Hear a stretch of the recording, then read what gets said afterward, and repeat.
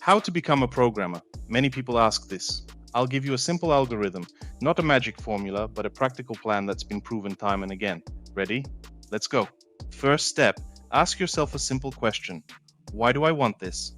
Do you want to automate your work, make a game, build a website? Perfect.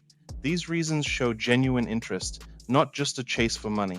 That passion will fuel you through thousands of hours of practice. Without it, you'll burn out quickly, and people can tell when your eyes are lit up with curiosity.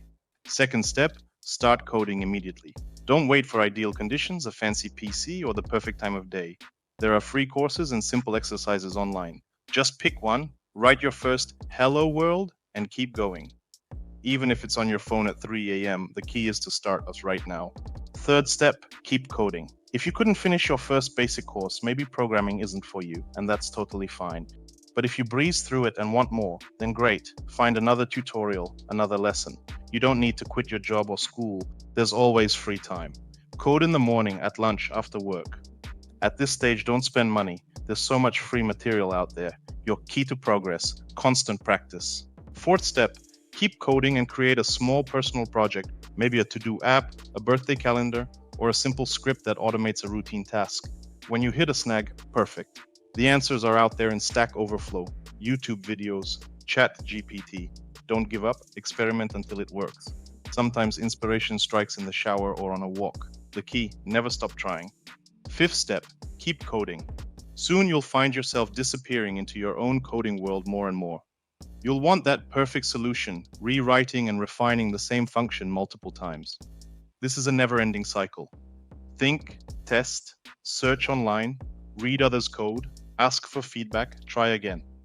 Over time, it might slow down, but it never truly ends. You're becoming a programmer. Sixth step. While you continue coding, head into the job market. If you're still studying, consider focusing on IT-related subjects. If you're employed, don't quit until you've secured a new position. It can take months. Be honest in interviews, apply for junior roles with realistic salary expectations. A good team and meaningful project are often more valuable than a flashy title and toxic environment. Failed interviews, they're lessons. Improve and move on to the next one. Seventh step, landed a job? Congrats, but this is just the beginning. Now you'll learn teamwork, code reviews, tests, handling old code, estimating timelines. In your first year, don't fear putting in extra effort and taking the initiative. The more you give to the team, the more you'll get back. They believed in you, prove them right. And remember, you're not obligated to become a programmer. If at any point you realize it's not for you, that's totally fine. But if you're motivated and enjoy coding day after day, welcome to this journey. Good luck.